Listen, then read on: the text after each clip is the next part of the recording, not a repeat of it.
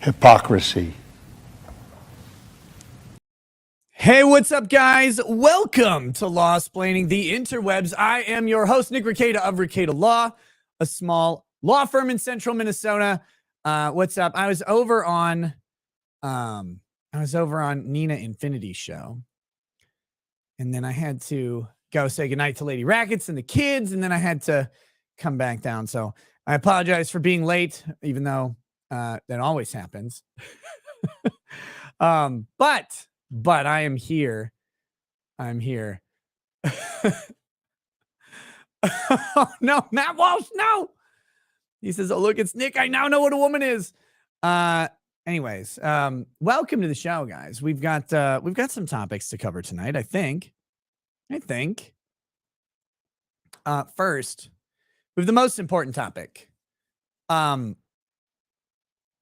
Infinity on her show live to the whole world said one of the most devastating things I have ever heard that could be said.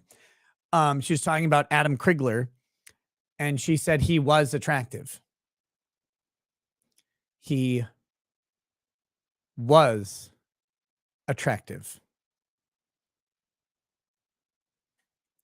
Oh, fucking R.I.P. to that man. Oh, God. Oh, poor Adam.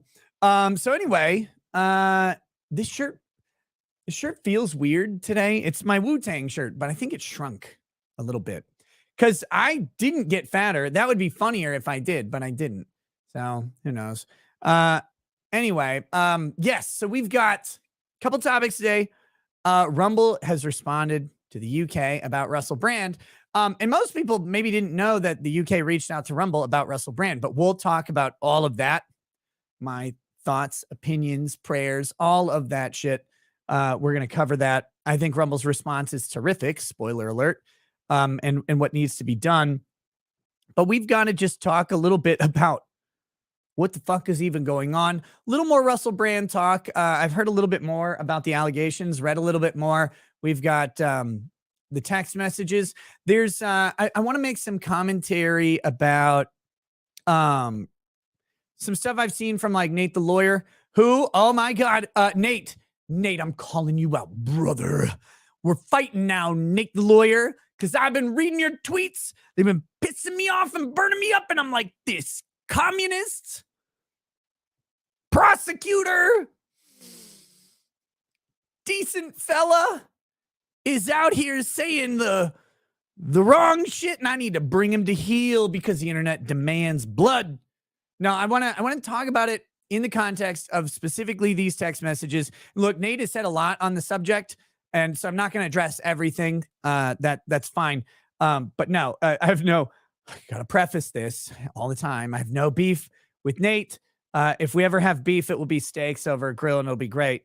But no, I think there's some interesting considerations to be made because Nate does a thing that isn't done enough online, which is he raises some contrary and sometimes difficult perspectives.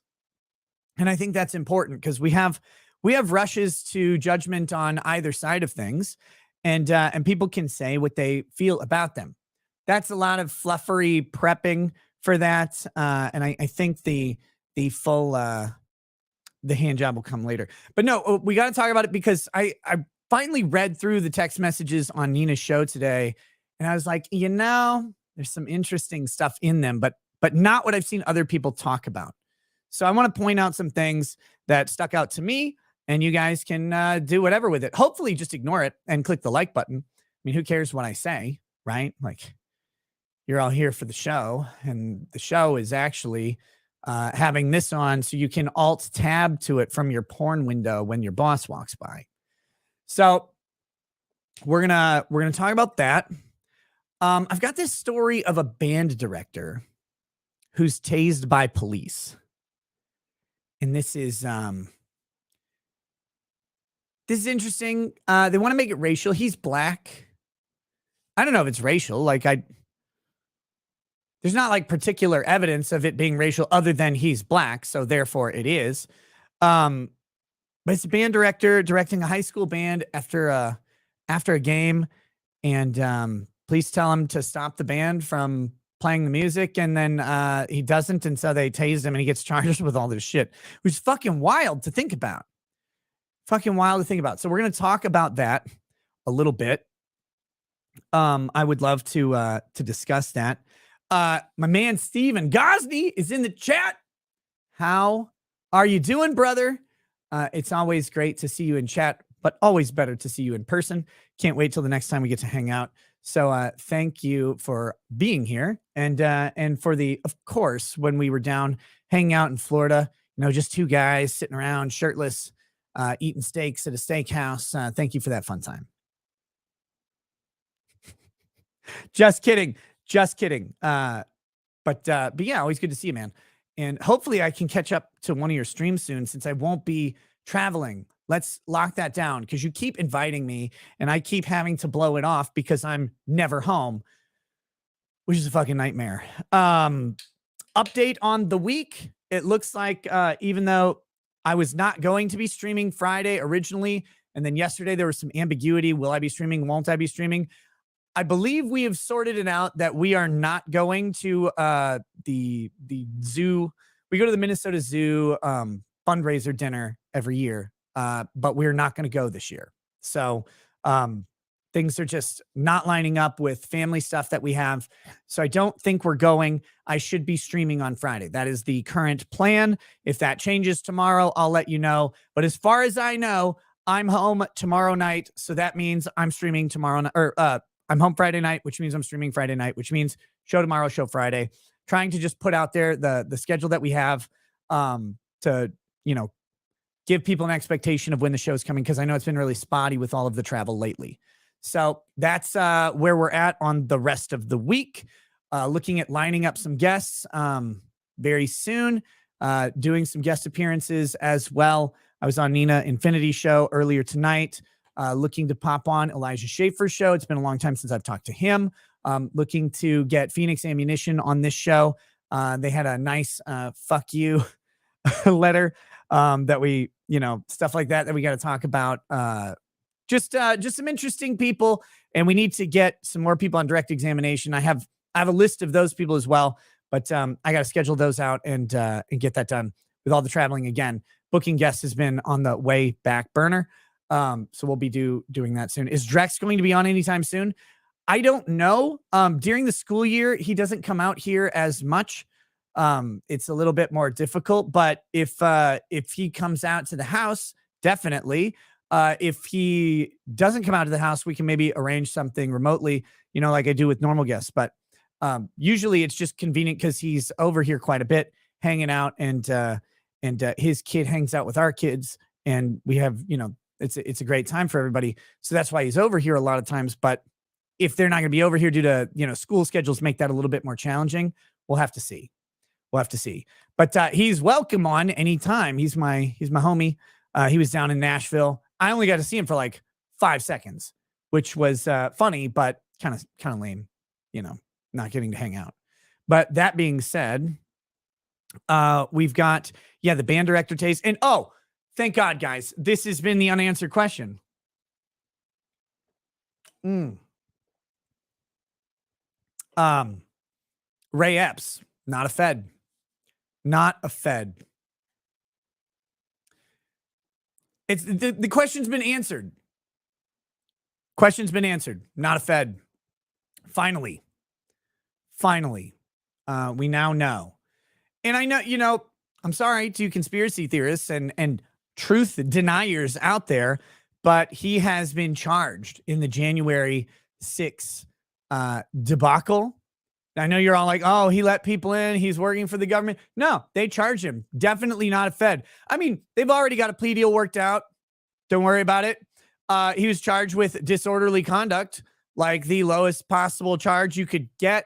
But stop it. He's not a Fed. They charged him.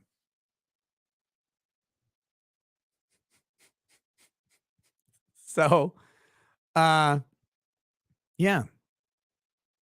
Perfect.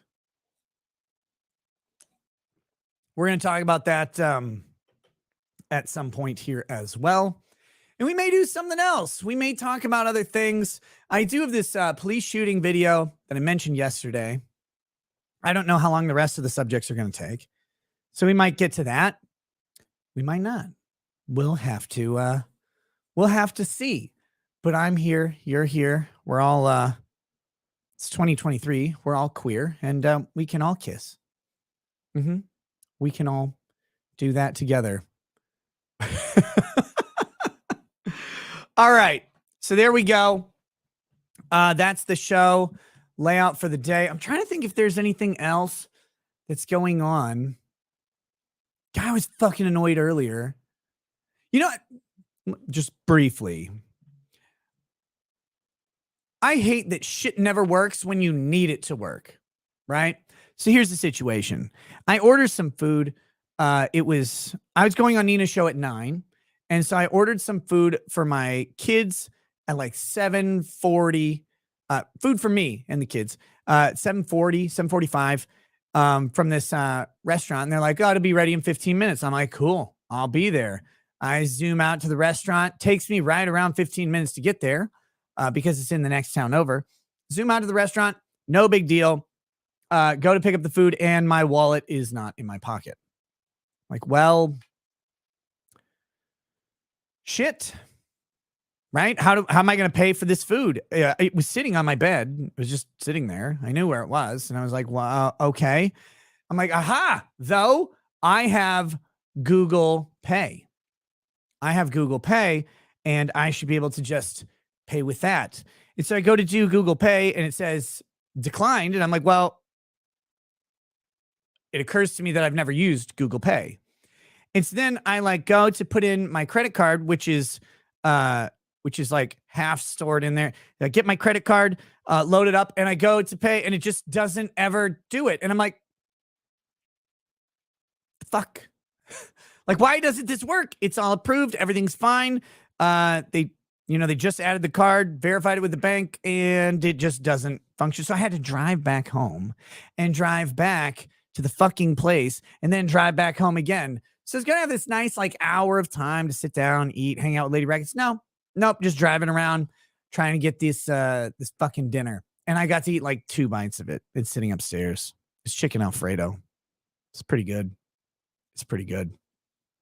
But very, very annoyed by that. It's like, God damn it. I just want it to work. And it doesn't.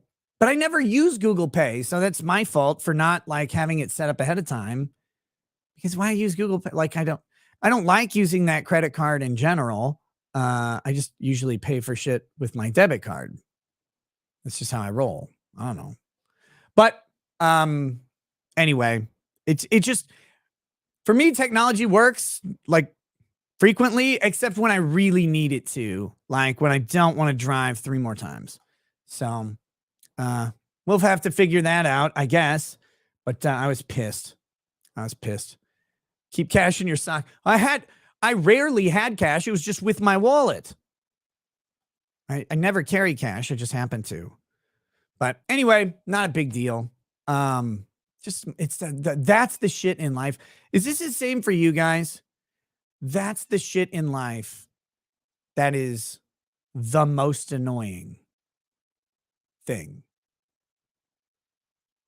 The little things. Like, that's not a big deal.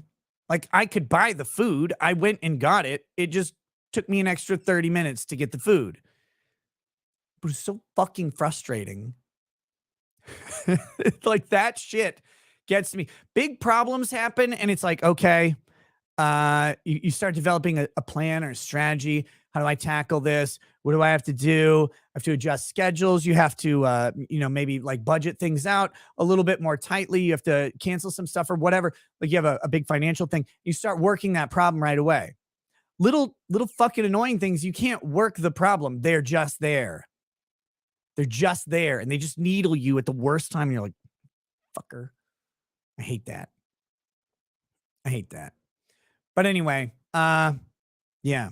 I don't know. Maybe I'm weird and the little stuff doesn't bother other people and only big stuff does. But to me, the little stuff is, I'm way calmer with big problems. It's like, okay, we have to figure this and this and this and this out, and then start moving towards it. But yeah, I don't know. I don't know. Is this the first 5 minutes of your stand-up act, Ricada? No. No. Seppuku Sushi, stop spending all your super chat money on booze. No, I spend it on your mom. No, the problem wasn't having the money. The problem was, for whatever reason, it just didn't access the card. So I don't know. But I've never used it before at all. Except on websites, I use Google Pay, but it goes through, I think, PayPal or something. I don't know. It's weird. All right. Just be an adult and make sure you have your adulting stuff with you. I will never do that. I will never do that. You know what? You're banned. Yeah, I normally have my wallet, obviously. It's a Ridge wallet. I like it. Keep it in my pocket, but I just didn't today. So anyway, let's get into this stuff. Russell Brand. We talked about Russell Brand a little bit yesterday.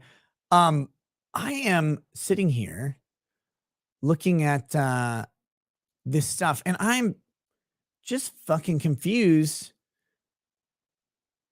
about the accusations in general. So help me out. Did this motherfucker rape somebody? Like, because I'm not actually seeing that accusation. All right? I'm not seeing it. And what I've seen people say is that he removed a condom or didn't wear a condom when he was supposed to, which is categorized as rape under the law. So, but is that it? Is that the main accusation? Because there is an accusation of what seems like a regretful oral sexual encounter. But I don't think it was necessarily non-consensual. They say he tried to rape a chick. Okay, so I have that story. We got to read some of this. This is very strange. A lot of this stuff is very weird. But I want to focus first on this allegation that he did not use a condom when he was supposed to. Because I think this is one of the keys. And this is where I've seen, and I think the first person I saw talk about this was Nate on Twitter. And he had mentioned that removing a condom without consent is categorized as forcible rape, which, yeah, it is. You can't do that. You can't do that. And this is what the subject of the text messages are allegedly about. And people are saying that there's an admission in here. All right. I'm going to pull these up and we've got to go through this. That's preposterous. Is that what I think someone said that's preposterous?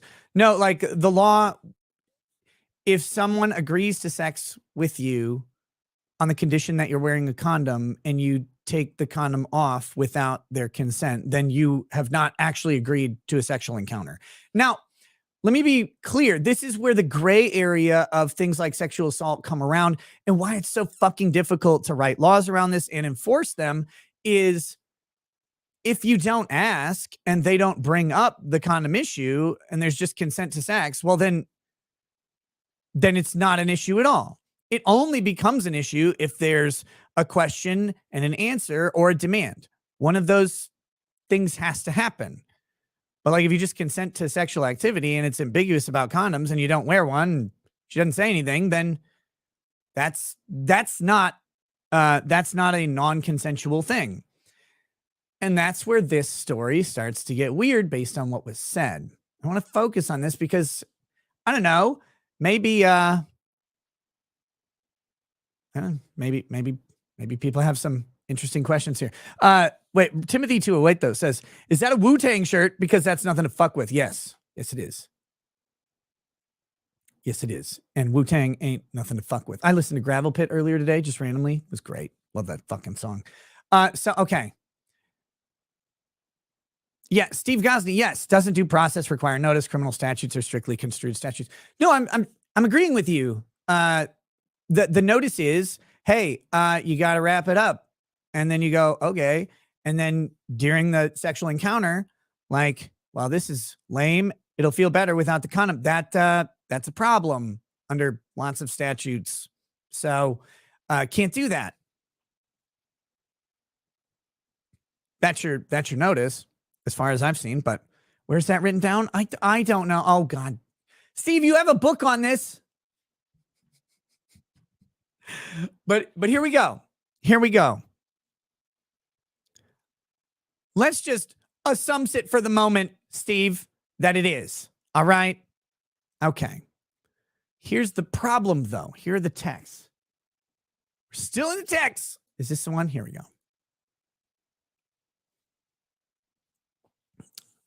Here are the texts that this is based on. So this is from Russell. Now, I don't think that something tells me that these are not actually the actual text. I've seen multiple images of the text and they don't all look like this. The images I've seen of the text are suspect as shit. Okay. I want to get that very, very clear. The images of those texts are suspect as shit. But here's apparently what looks like a recreation of them. Russell says, I'm sorry. That was crazy and selfish. I hope you can forgive me. I know that you're a lovely person. And then he says X to doubt, apparently. Nadia says, which is a pseudonym, you scared the blank out of me. Assume shit. I don't know why they're blurring that out. You're right. I am a lovely person. And for you to take advantage of me like this is unexpectable. First of all, grammar, sweetheart. It happened in the past. Unexpectable is it's a future, but whatever. You have a problem. You need help. It's dangerous that you think that you can get your own way all the time. Do you know how scary you are when that glaze look comes over you? Okay, so here's where we get to the first issue. And I'm not sure what this glaze look means, but the glaze look might imply some sort of impairment from substances. Okay. So, not quite sure. Maybe he's very drunk. And this is a more philosophical question about, what, impaired consent. The idea that you cannot consent at some level of intoxication. All right. Because my issue with this is it's only ever applied towards women. But if he's got some glazed look over him, he's high, drunk, I don't know. What was he able to consent?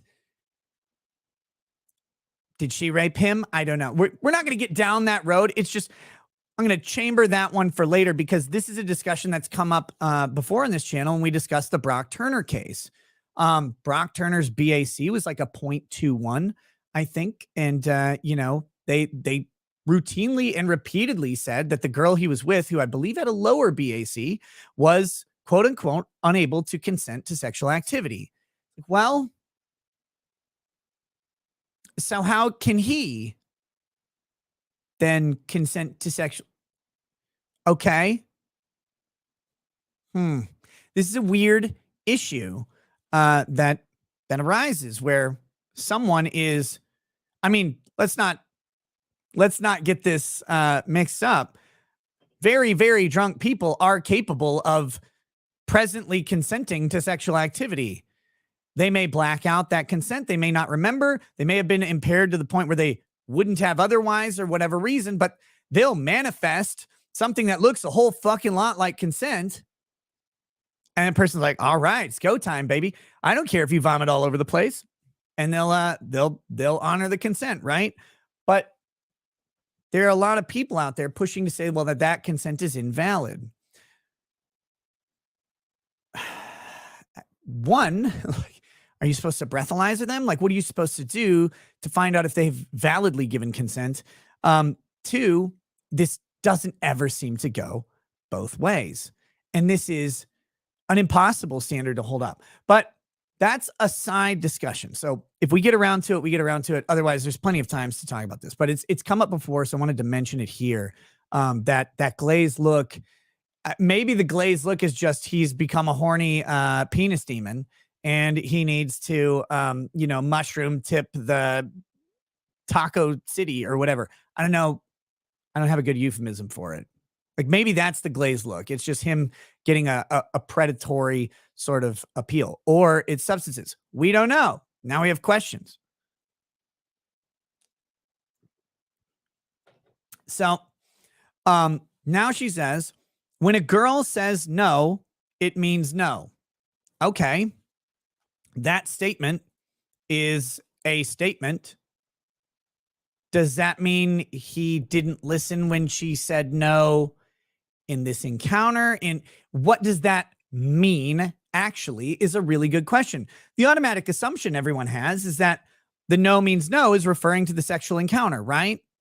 Or maybe the condom. I don't know. Let's keep going. She says, when a girl says no, it means no. Do I have to go and get myself tested?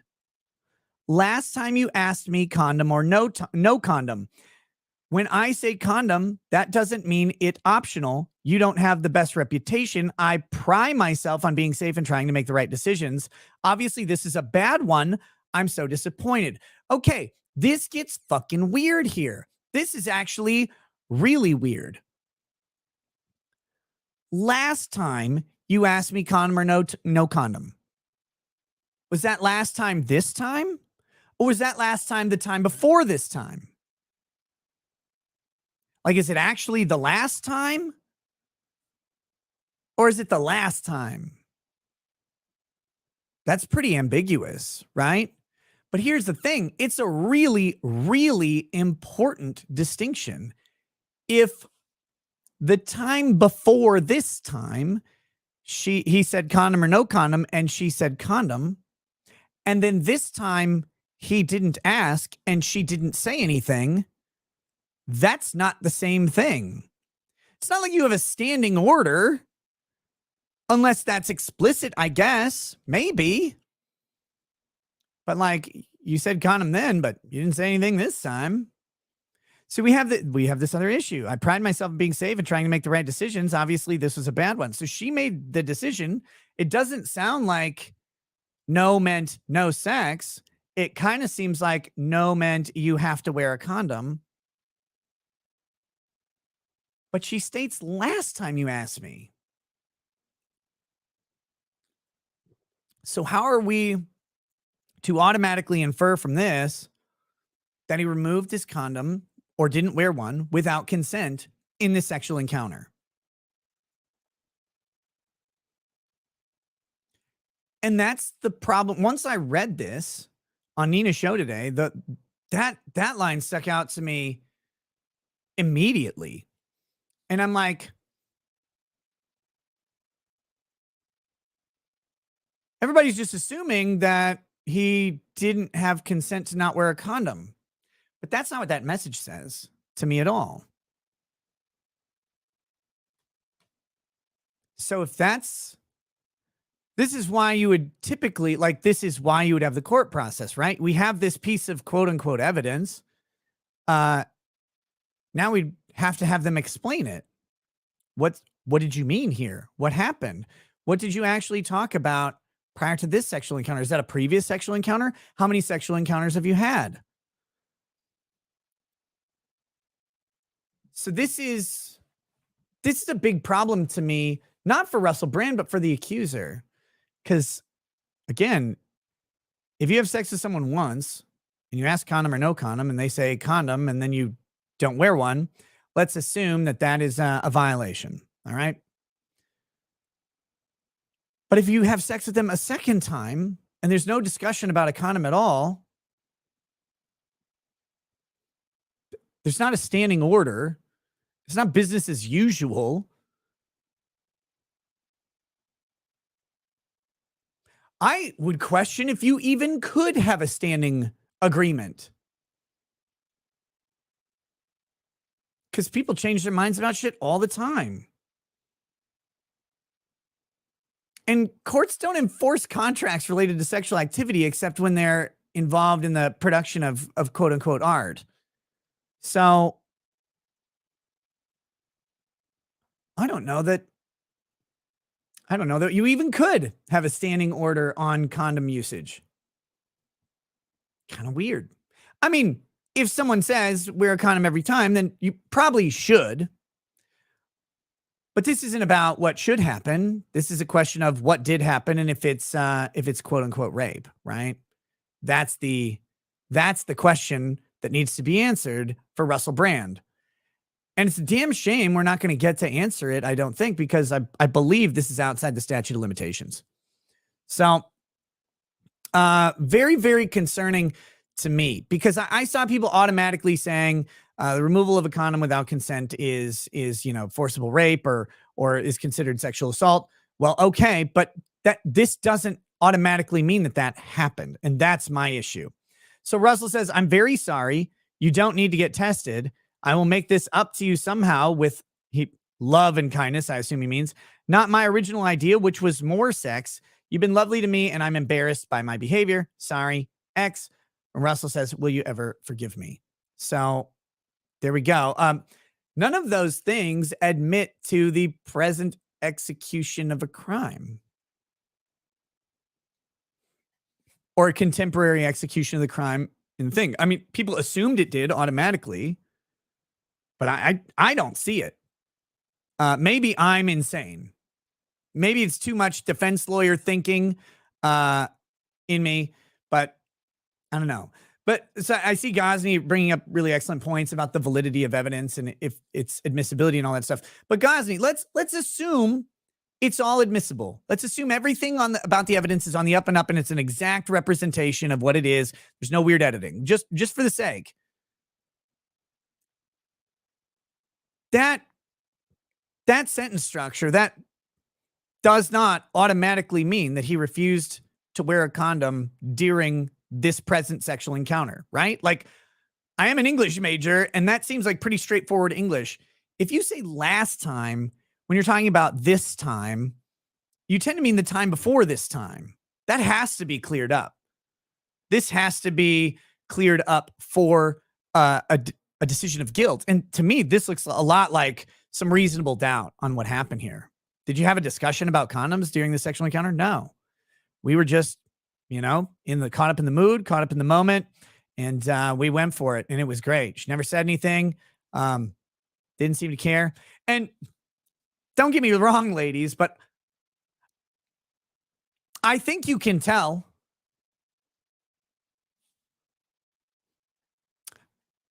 I think you can tell if a guy's wearing a condom or not. I know the guys can, obviously, but it's different. It's very clearly a different, it's a different feeling entirely. I mean, if you could invent the condom that felt like completely real, that you'd be just as rich as everybody else, I guess, but you'd have a well-selling product. So I'm not buying this accusation. I'm not with it right now. And this seems to be the one that I've seen people get a lot of traction to. And once I hadn't read the text messages before. I kind of skimmed them and I was like, "Oh, okay, we'll deal with this later." And so now I read it and I'm like, yeah, I got a problem with that. That wording is not automatic. Now, again, I believe this is beyond statute of limitations. This will probably never get tested in court. We'll never have this. This is execution by social media. Nicholas Cruiser says, "You know this personally, I bet." Well, I mean, from the guy side of it, sure. But yeah. I don't know. It also just seems to logically follow, like, condom rubber does not feel like skin in any way. So, so weird. Mike the Dad Crosby says, "Hey, from the Recated Corpus Christi Uber driver. Hey, how you doing, man? When someone goes to the media first when wanting to report an assault, I will always have questions." Well, yeah. I mean, there's all of that baked into this as well, of course. But dude, I hope you're doing great. Mike was kind enough to offer to transport us back to our place after being out at the Corpus Christi meetup. He was our sober driver, which was very nice to have, because it's some of those places it's hard to get an Uber. But you were insinuating that I have a vagina. I'm fine with the insinuation, but the insinuation that my vagina is non-virginal is very offensive to me. So, so there we go. Nick, that was in the UK, no statute of limitations. And then someone says it did not happen in the UK. Nadia was in LA. So here we go. But yeah, so I have these very important questions about this from a defense standpoint. But yeah, well, we'll see. We'll see about it. But there are tons of other issues with this. Again, the authenticity of the text massively in question. This is not intended to go to court. Ultimately, this is intended to cancel someone. Why go through the pain and risk of bringing evidence and losing when you could just bring evidence that will never be tested? Because how does Russell Brand defend against this? Yeah, she didn't ask me to wear a condom this time. Well, it said she did, but no, not this time. Is the previous time. Like, well, you should have known. Fuck. What do you do? I didn't do it. Yes, you did. Text message says you did. Okay. You apologize. That'll get you every time, by the way. The apologizing will get you every time. Oh, is there a Joe raid here? What's up to Good Logic and his lovely viewers? Welcome. We're just talking about sexual assault and all things English with Russell Brand. So anyway, we've got this thing. I don't want to spend too much time on the actual allegations against Russell Brand. More needs to come out. This other one with the 16-year-old, I know it's a very sensitive subject and it's really hard to talk about because for me personally, I think 16 is a little low for the age of consent. That's my opinion. I think 18 is a fine age of consent for, whatever. I think there should be some flexibility localized around 16, right? Because kids are kids and they're going to do stuff. And I don't think they should be criminals if like an 18-year-old has sex with a 16-year-old in the same high school and stuff. Like, I have a problem with that person being a sex offender and going to prison over that.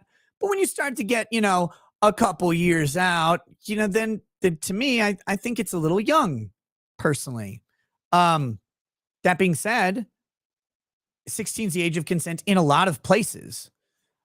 People often forget this because the age of photographic consent is 18 pretty much everywhere. You can't have, sexually charged materials, pictures, videos and stuff of people who are under 18. So you may actually be able to consent to sexual activity, but not consent to imagery of that sexual activity being preserved and distributed. So that's why a lot of people kind of get confused on the frequency that age of consent is lower than 18 because we just automatically go to that 18 figure. There's actually an Italian OnlyFans girl. We talked about this story several months ago. She had some sort of contest for her OnlyFans where or on her Instagram or something. And one lucky viewer would get to make OnlyFans content with her. And the guy happened to be either 16 or 17. And so, he goes and they forgot to check whether he was 18. So he had some level of sexual interaction with her. And they filmed it. And then he's like, oh, by the way, I'm not 18. And they're like, holy shit. So they had to delete the film and the footage and purge that. But the underlying activity, I believe, in the place where they were was he was over the age of consent. They just couldn't video it. So that guy, man, he nailed it right there. That guy was, it's like, yeah, you can't even prove I did it. So, that was the whole thing. And then she did the contest with someone else because I guess that's what you do if you're on OnlyFans, and your contest blows up in your face, well, I guess I have to have sex with another random person was the answer. But yeah, the age of consent is often lower than 18. I think it's 35 states have an age of consent lower than 18, something like that. And most of Europe, as Steve Gosney was pointing out, has an age of consent around that 16-year mark. So while for me it's wildly uncomfortable to consider that, I don't think that's an appropriate relationship. At the same, I can't like want him to go to prison for it either. That's that's a standard that gets really tough. And the reality is there isn't there isn't an objective answer to this question. There isn't some magical age where everybody is able to consent because there's plenty of adults who go well into their 30s, 40s, 50s. They may have a mental disability or some sort of impairment that would make them unable to consent. So we can't just put some blanket number down and assume that that is the morally correct number. Personally, I think 18 is an acceptable age for all of this. It seems to be kind of right in the middle of where people lie on this, and it works for most other things that we decide people can consent to. So it seems fair to tag it there, but not everybody does. And some places have even lower, which is horrifying. I think Colombia might, if I remember right, or maybe Colombia's is 16. I remember because the Secret Service, right, was hiring 16-year-old prostitutes in Colombia. I don't know if everybody else remembers that the U.S. government sent agents down to a foreign country and they hired underage prostitutes, but that happened because, U.S. government. I don't know if those guys ever got prosecuted. And by the way, if you do that and you're not Secret Service, you will be prosecuted. Underage sex tourism is very illegal. Even if it's legal in the country you're going to, it's not legal in the U.S. You can't do that. Just to be very clear on that. Don't think that you can just go to some like Southeast Asian island and do whatever you want. You cannot do that. People do, and it's very disgusting, and they get prosecuted. So, not to get any pedophiles' hopes up, but don't do that. So we've got this weird thing with the 16-year-old girl.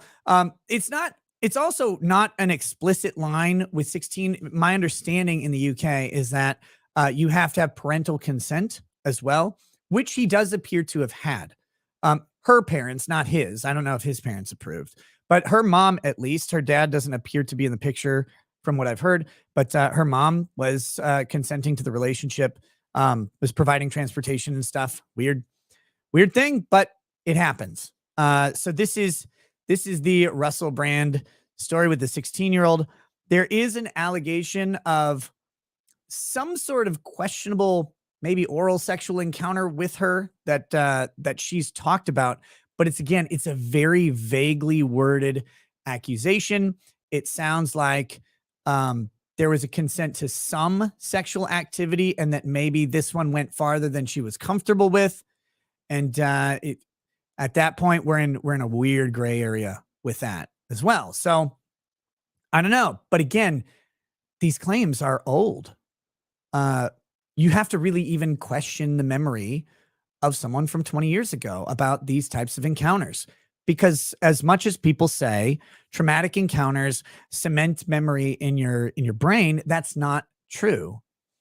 And if you have a traumatic encounter of something that is even a commonly shared story amongst other potential victims, and you hear those stories, your brain can incorporate details from those stories without you recognizing it or acknowledging it, unless you have recorded your retelling of the story throughout the years to compare what has changed. Oftentimes people will add details, subtract details, replace parties, change locations. Again, I mentioned this yesterday, but it bears repeating. Brett Kavanaugh was accused of some activity at a party, and no one could confirm that the victim was at that party at all.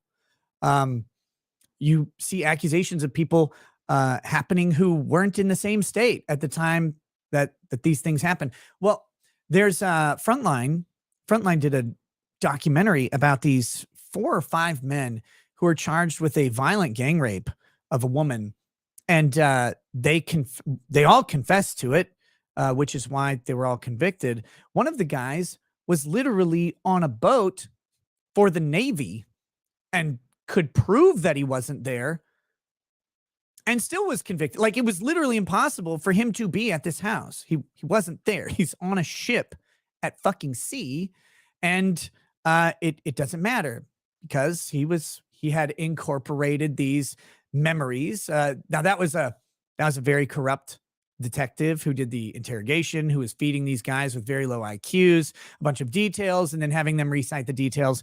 That guy ended up getting prosecuted as well. The detective, very bad dude. Interesting documentary from Frontline, but this is how malleable memory and minds can be. And that really bears repeating, especially over a 20-year plus period. Are these reliable narrators? We're relying on text messages that were allegedly contemporaneous to the time. That, of course, is more reliable.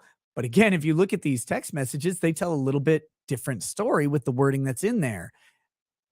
And you got to wonder what she would say about that encounter without looking at that text right now. So I just wanted to talk about that a little bit as a preface for what then happened with Rumble and a member of the UK Parliament. And let me get that pulled up real quick. Here we go. So the Rumble CEO is a guy named Chris Pavlovski. I've spoken to him briefly. Seems like a nice guy. Let me find the he received a letter from the UK Parliament, and we are going to look at that letter first. And then we are going to look at their response. All right. Sounds like a good plan, I hope. Go away to that. Let me make this bigger, giggity. Oh, it doesn't. I hate zooming in on Twitter. It doesn't actually work. All right, so here we go.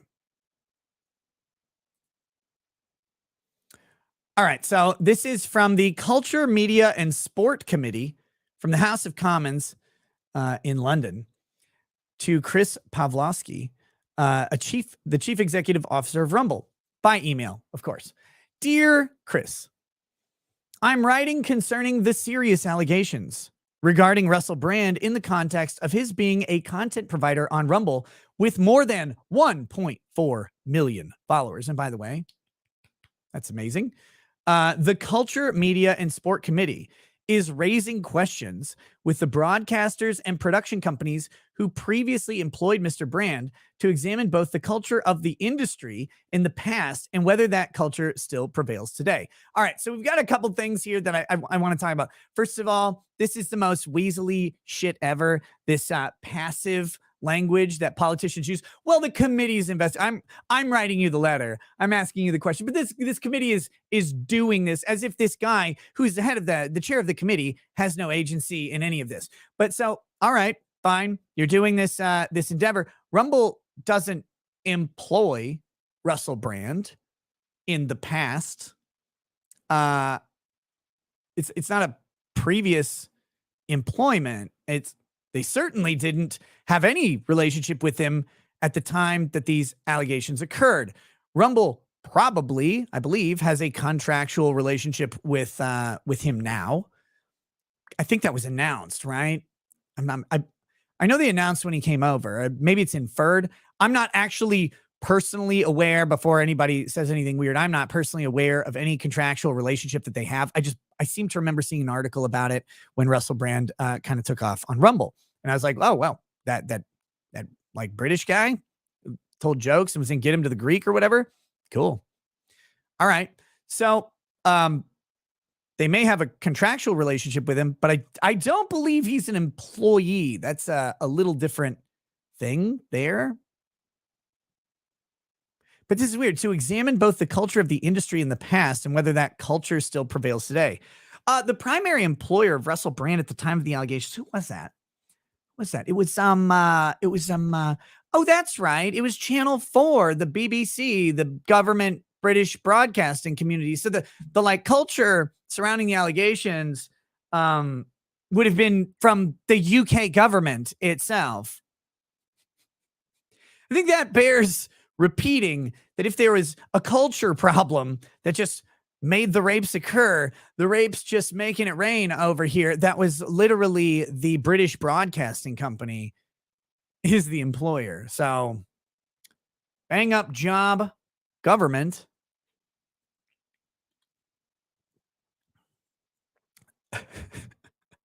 So let's go to the next one. However, we are also looking at his use of social media, including on Rumble, where he issued his preemptive response to the accusations made against him by the Sunday Times and Channel 4's dispatches. Wait a minute. Is he not allowed to utilize social media to make a statement about accusations of criminal activity and socially disgusting activities? Is he not allowed to utilize social media for the purpose of social media, which is to talk about literally anything, including yourself? Is that against the rules, Britain? Is he supposed to just roll over and take it? Is that the issue here that he's supposed to do? What's the model? What's the model we're supposed to follow? You're supposed to just, well, sorry, you've been accused. You can't talk about this on social media. That'd be crazy. Why would you think you get to say anything?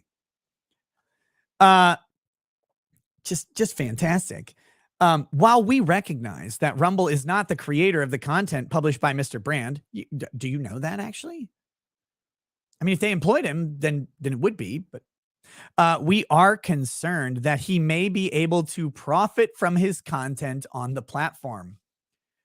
Why are you concerned that he may be able to profit?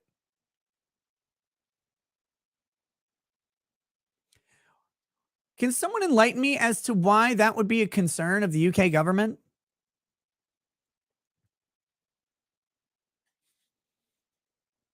By what right do you question a person's ability to monetize themselves in a completely legal manner?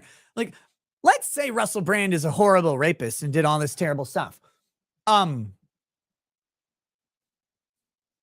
don't have a say in whether or not he can monetize that. Like, not a real say.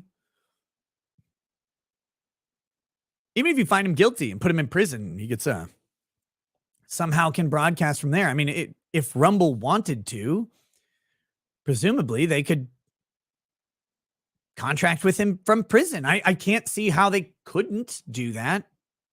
That doesn't go away just because you're guilty.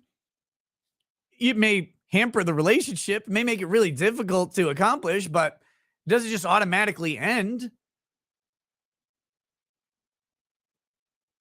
Prisoners have the right to contract. This is an insane proposition to me. But they're just like, well, he might be making money off of this. And note, this is really, really important. It's not they're concerned that Russell Brand might be able to profit from content about these accusations on the platform. That's not what it says. It's not content related to victims. It's literally just content. Anything. They're concerned that he can make money. And at the end of the day, this is the ultimate goal of quote unquote woke culture, woke ideology, whatever it is, this unpersoning cancel culture. There's a million words for it because everybody wants to have the new grift, but it's a tale as old as time. The idea is to destroy your ability to live. Don't let them earn money. Don't let them transact money.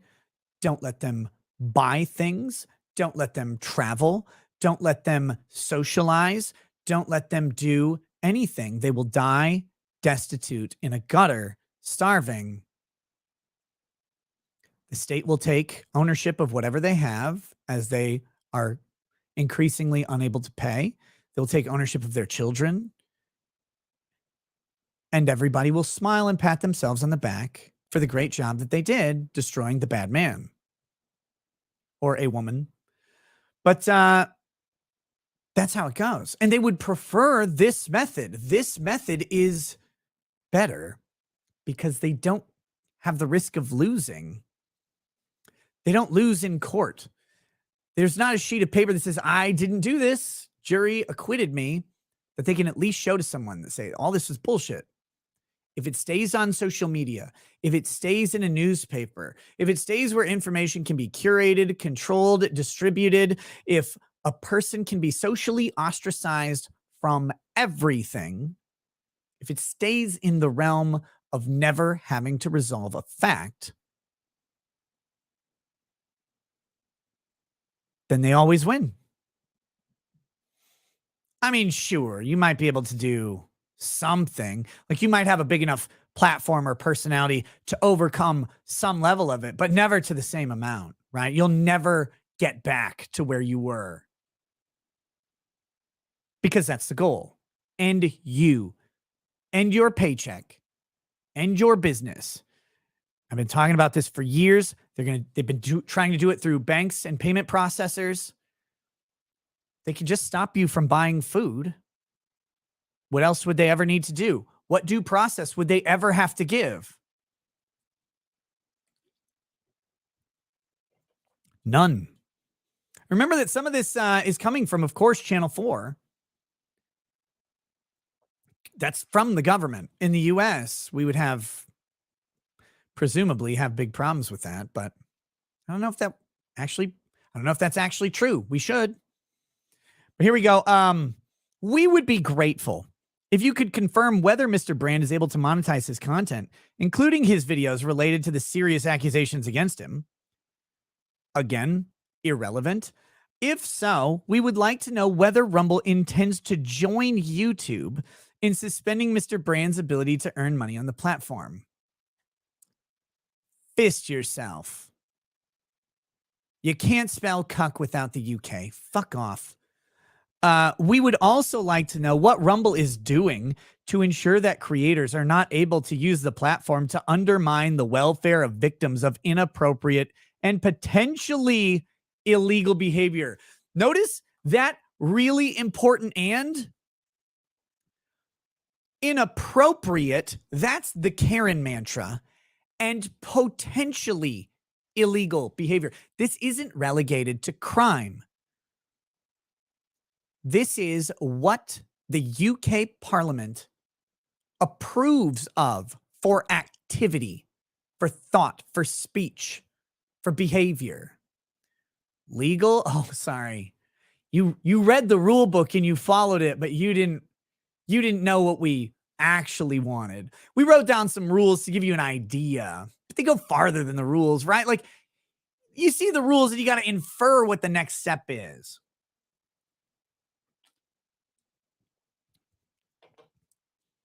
Inappropriate behavior. My friend Larry Blydner, That Larry Show, did a podcast a long time ago talking about inappropriate being one of the most dangerous words in the English language for this very reason. What is inappropriate? What societal standard is there? And if there's no law or rule book written to lay out what is quote unquote inappropriate, then there's no standard at all. It's malleable. And again, this is what governments have wanted forever. This all plays into everything we've seen over the past couple years. This is the same shit with the FBI and Homeland Security and the CDC pressuring social media companies to control the information about COVID or any other subject, the election, whatever. This is government allowing, but also encouraging, sort of never threatening or demanding social media companies to do the job that government wants to do, but is restrained from doing, which is censorship. This is them saying or getting their ideal. They can't do that. Like the United States government cannot do what the UK government is trying to do. They're restrained by the First Amendment. But Twitter can, and Facebook and YouTube. And if we just put some, federal agents in those offices from time to time to just let them know what the truth is and about the danger of misinformation, and then let them make decisions about how they're going to combat disinformation or combat the ability of someone to have inappropriate and potentially illegal behavior on their platforms. Like if they're making the decisions, it's not the government doing it. That's the dystopian dream, is to never run afoul of a constitution that you can wave in front of people. You can wrap yourself and bathe yourself in it. I follow the constitution. We as a government would never censor, but of course, Rumble and YouTube can make those decisions on their own. But are they on their own? Are they under just the specter of a threat or an audit or a, God, you're a big company. Sure would suck to have an antitrust case. It's going to cost your company hundreds of millions of dollars. That'd be terrible, wouldn't it? Kind of dominate the market space here in this micro blogging, right? Mr. Elon Musk. How many billions do you have?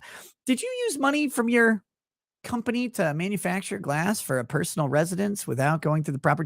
I mean, I don't know if you did, but we may need to look into that. We may need to investigate this and this and this and this and everything you've ever done, and just pray to God that you got it right.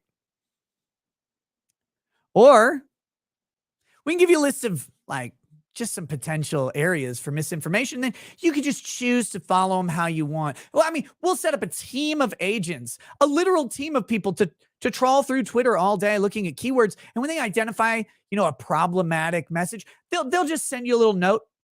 Just send your team a little ping. Say, by the way, this one kind of looks suspect. Maybe you guys want to look at it. I don't know. We'll just do that though. It's just suggestions. Just kind of give you an idea of what we think might be misinformation. Don't worry, it's not government censorship. It's just Twitter. It's just YouTube. It's just a government agency sending ideas of what they don't want on the platform for you to decide how to deal with it. How's that merger going, Mr. Musk? What company do you want to buy next? I wonder what the FTC will say about that one. This is quintessential speech tyranny. And it's done in the way that under the shitty fucking jurisprudence around quasi-government actors allows them to do it and to say, oh, no, we honor the Constitution, but they have the freedom of association. But it's not so free, I don't think, for these platforms. I think they feel like maybe there's some pressure. But I don't know. I'm just a humble super chat merchant. And we'll have to talk more about this on Rumble after we read some of those super chats and move over there. Just Dawn has joined at the paralegal level. Hey, what's up, Just Dawn? It was nice meeting you very briefly in Nashville. Great to see you. Thank you. Matt Walsh, it's Nick Ricada's bull, says you call that embarrassing patch of hair a beard. Sorry, Matt Walsh. All testosterone harder. Hopefully grow.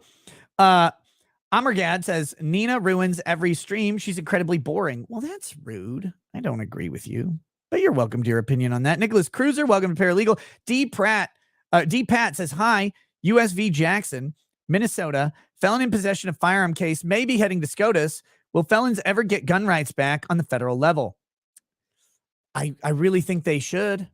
I don't think general felonies should permanently remove gun rights. I don't see how that has any basis in the founding of this country. If a specific gun crime merits a long-term prohibition on gun use, then sure, let's do that on the merits of the crime, not on the fact that there was a felony. I don't see how like a white-collar crime relates to a prohibition on guns forever. I don't see how white-collar crime relates to the prohibition on guns at all, personally, but we'll see. Hopefully we'll see. Amergad says, Nick, you having an affair with Nina or something? Well, no, I've never met her in person at all. So I don't think so. I'll have to check with my scheduling agent. Catherine Gillian says, UK laws are becoming more and more draconian. It's getting bad over here. Kara says, wanted to see if you could do a toast to my daughter's father who passed, unfortunately, at 36 years old. Of course.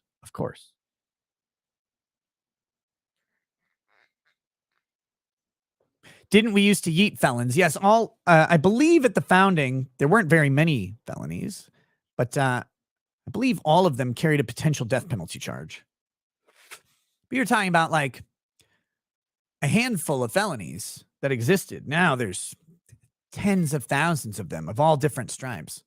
Also, we used to execute people as young as 12 years old. I think is the youngest known government execution. So, Kara, to the father of your daughter, a cheers to him. Passing so young, 36 years old, is an incomprehensibly unripe age for death. The children are not ready. The peers are not ready. And I would imagine that usually the person is not either. Leaving so much left to do had to bring him some apprehension, but hopefully in passing, he was able to find peace. His family and friends and peers will know that he left the mark that was required, even though they feel like his presence is still needed. Cheers to him. He'll be missed.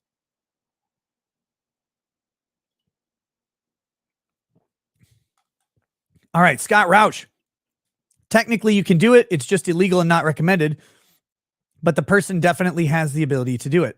I don't remember what that is, but Sarn Zero says, if she lies about being on the pill, then it's also rape too, right? No, not really. It's amazing. Joseph DeMartino says, if Steve doesn't already have a book on this, he will by the time the stream is over. I'm not your buddy guy, says Ken Paxton. Hope I spelled his name right. Texas AG revealed during his Tucker interview that he is no longer allowed to prosecute voter fraud. Well, that's cool. He was also, the impeachment of Ken Paxton failed. So, I guess good on Ken Paxton for winning that. There's a lot of questions. I don't know where to stand on the Ken Paxton stuff, but for now, the impeachment against him failed. They were not able to muster the support. And there was a lot of hype about that they would, Republicans were turning on him and stuff like that. But I guess they just couldn't do it. We've got Marion Holtzman with a large super chat. Thank you. Says Washington Post was trying to do a hit piece on Dave Portnoy just about this kind of thing, trying to shut down his money. Yes, Washington Post is sort of notorious for doing those types of hit pieces.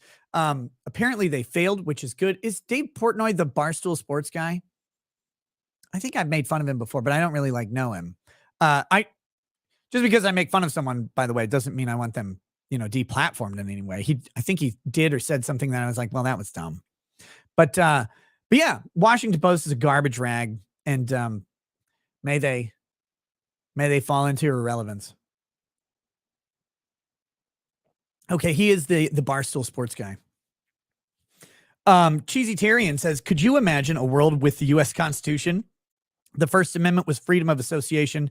Second was freedom of speech. And the Third Amendment was the right to bear arms. Well, I mean,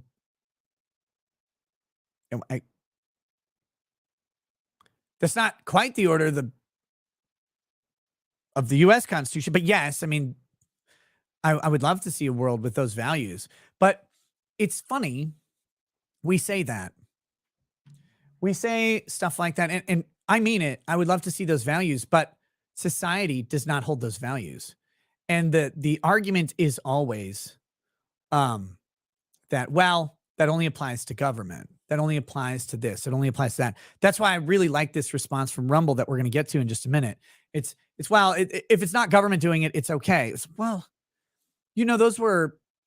those constitutional amendments and the recognition in writing, the enumeration of rights, were based on principles that extend beyond government. But the Constitution is only able to bind government. Just because the law can only bind government to these principles does not mean that the principles lose value when government is gone. The principle of free speech is so much more fucking important than whether or not a cop or a congressman tries to silence you. The principle of free speech should be honored and upheld down to the individual level to the maximum sustainable amount. Now, I'm not saying that everyone has to endure every abusive thing hurled their way, but Jesus Christ, can we all fucking try for just a minute to let debate go on, to let people air their things, and to say, look, I don't really agree with you, but Okay, I either have a better argument or I don't. I either want to engage the argument or I don't. What happened to that concept? No, now it's, well, I love free speech, but I really want this person or this thing or that movie or that book or that magazine or that picture canceled. We are a people founded by a group who believed in that principle. But we are not a people who uphold those principles anymore. We want government to bind themselves while we won't bind ourselves.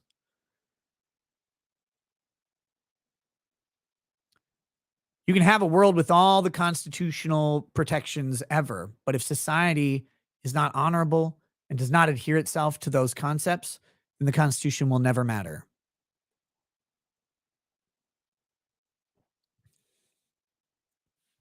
Adam Smith wrote The Wealth of Nations, kind of the foundation of capitalist freedom principles that was used, in large part to kind of direct the course of America.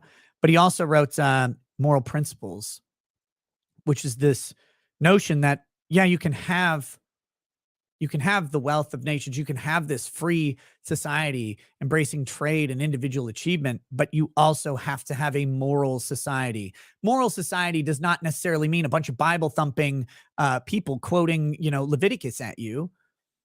A moral society is one that respects property rights, that respects individuals' interests in their own body, speech, ideas, that respects the ability to speak, to be spoken to, respects the right to hear what someone else has to say, and respects the right to disagree. Morality is not like a straightforward thing. Like, people kind of want to make morality all about like this Christian idea or ideal, but morality goes beyond quote unquote mere Christianity, right? Morality is correct behavior under a set of rules or ethics or principles, and adhering to those. Morality is often embodied by Christianity or other doctrinal systems that people agree are good, but those aren't necessarily religious things. Morality is about accepting the way we interact with people, or establishing a set of rules on how we interact with our neighbors, with our companies, with our governments, with everything, and then following those rules. Morality exists within boundaries. And if you have a constitution and you don't adhere to it because you're not the government, then you need to question the morality of your behavior. If you believe that the Constitution is a good set of rules, obviously, if you disagree, that won't help, but I kind of like it. Like, I think I would have trouble demanding someone else's guns be taken away, even if it was done by a third party company or something, right? Like, if I could find some weasel way around government doing it, like, I kind of like the principle that people get to own guns. I kind of like the principle that people get to speak. I don't know that I want to ask Twitter and Facebook to remove people from talking just because I don't like what they say.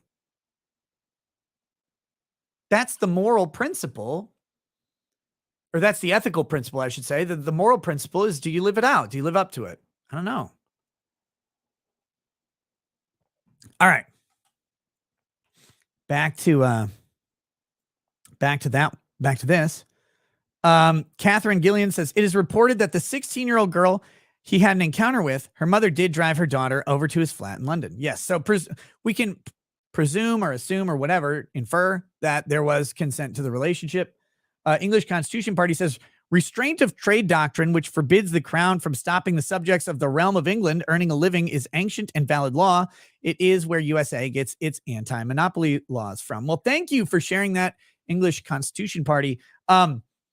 Yeah, I mean, there's a bunch of stuff that says we have the right to associate and contract, and the U.S. of course derived largely from English common law. Do you think they care anymore though? Like, they don't give a shit. And one interesting thing about England is that my understanding, and I am not an English law scholar, but my understanding is that no prior act of parliament can bind a current or future act of parliament, or even of a different parliament, which is why the UK doesn't have, an actual functional written constitution that binds and prevents them from doing anything. Theoretically, the UK Parliament can do whatever so long as it actually passes a law or resolution about it. Now, I may be incorrect on that. That's my understanding of it. It's probably a little bit more nuanced, but in the US, it's different, right? You have to amend the Constitution. There's a heightened standard of passage that goes on, but I've heard that in the UK, it's not that way. But correct me if I'm wrong on that. I would love to learn.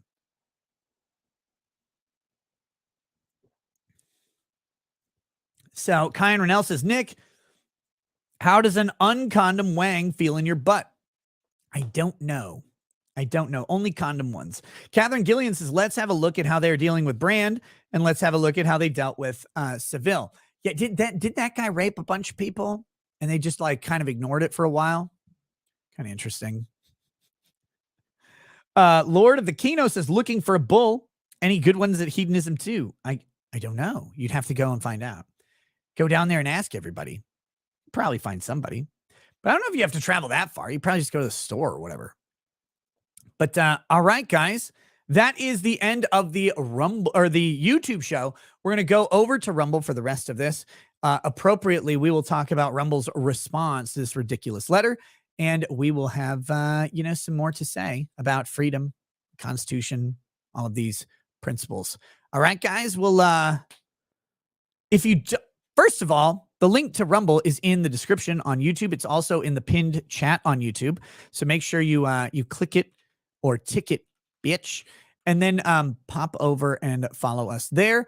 If you don't, I see you. Stay on YouTube all you want, I suppose, but know that YouTube immediately censored Russell Brand, demonetized him.